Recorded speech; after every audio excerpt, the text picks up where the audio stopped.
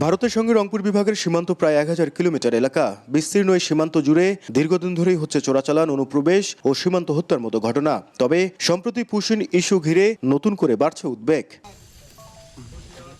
শুক্রবার ভোরে পঞ্চগড়ের বড়বাড়ি সীমান্ত দিয়ে শিশু ও নারীসহ 10 জনকে বাংলাদেশে পুশিনের চেষ্টা চালায় বিএসএফ। তবে প্রতিহত হয় এলাকাবাসী ও বিজিবির বাধায়। পরে শূন্যরেখায় আটকা পড়েন 10 জন। 3 দিন পর গভীর রাতে সীমান্তের আলো বন্ধ করে তাদের সরিয়ে নেয় টিয়াবাড়ি বিএসএফ ক্যাম্প।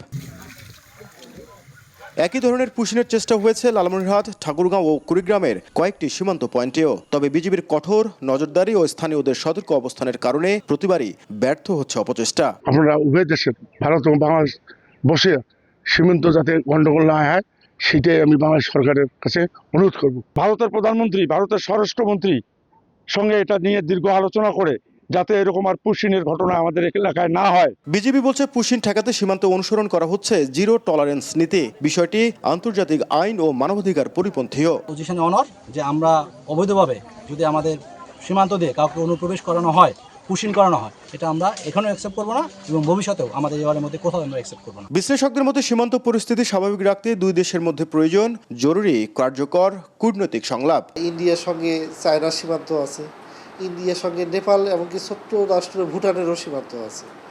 তাদের ওখানে কিন্তু কোনো বর্ডার কিলিং নেই, তাদের ওইদিকে কিন্তু কোনো পুশব্যাকের কোনো ঘটনা নেই।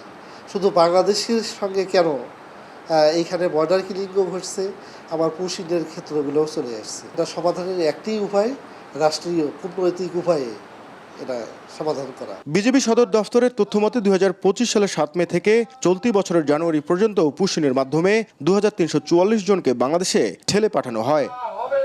নাজমুল ইসলাম নিশাত, সময় সংবাদ, রংপুর।